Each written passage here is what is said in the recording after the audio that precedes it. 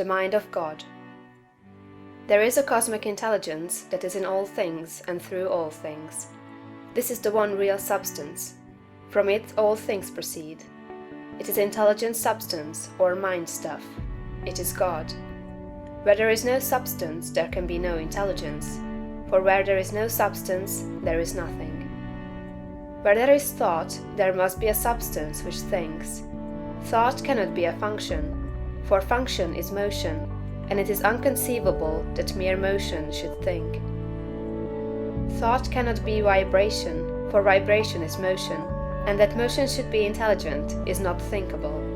Motion is nothing but the moving of substance. If there be intelligence shown, it must be in the substance and not in the motion. Thought cannot be the result of motions in the brain. If thought is in the brain, it must be in the brain's substance and not in the motions which brain substance makes. But thought is not in the brain substance, for brain substance, without life, is quite unintelligent and dead. Thought is in the life principle that animates the brain, in the spirit substance, which is the real man. The brain does not think. The man thinks and expresses his thought through the brain. There is a spirit substance that thinks. Just as the spirit substance of man permeates his body, and thinks and knows in the body, so the original spirit substance, God, permeates all nature and thinks and knows in nature. Nature is as intelligent as man, and knows more than man. Nature knows all things. The all mind has been in touch with all things from the beginning, and it contains all knowledge. Man's experience covers a few things, and these things man knows. But God's experience covers all the things that have happened since the creation, from the wreck of a planet or the passing of a comet to the fall of a sparrow. All that is and all that has been are present in the intelligence that is wrapped about us and enfolds us and presses upon us from every side. All the encyclopedias man have written are but trivial affairs compared to the vast knowledge held by the mind in which men live, move, and have their being. The truth men perceive by inspiration are thoughts held in this mind.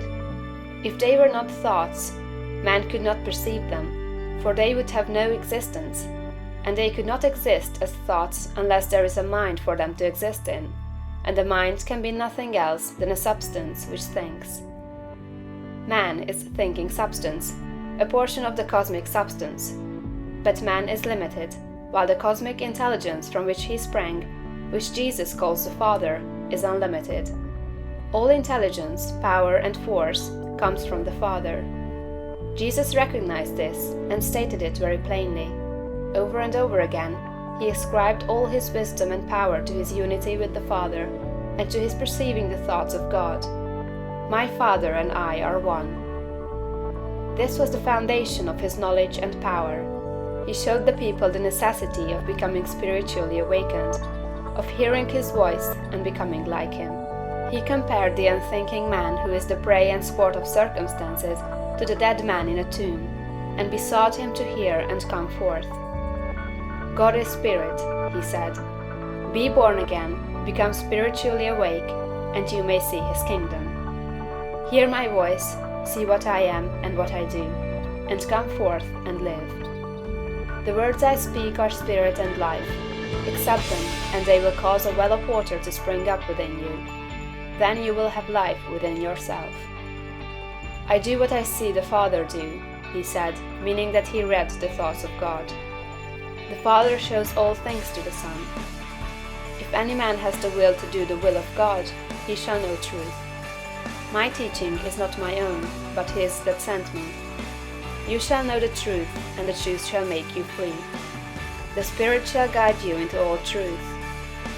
We are immersed in mind, and that mind contains all knowledge and all truth.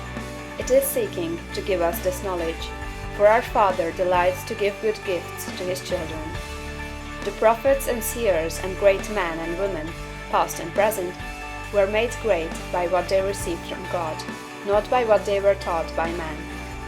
This limitless reservoir of wisdom and power is open to you. You can draw upon it as you will, according to your needs.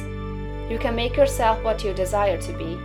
You can do what you wish to do. You can have what you want.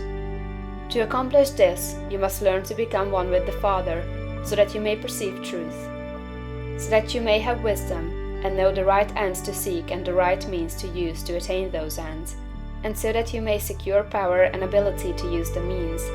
In closing this chapter, resolve that you will now lay aside all else, and concentrate upon the attainment of conscious unity with God.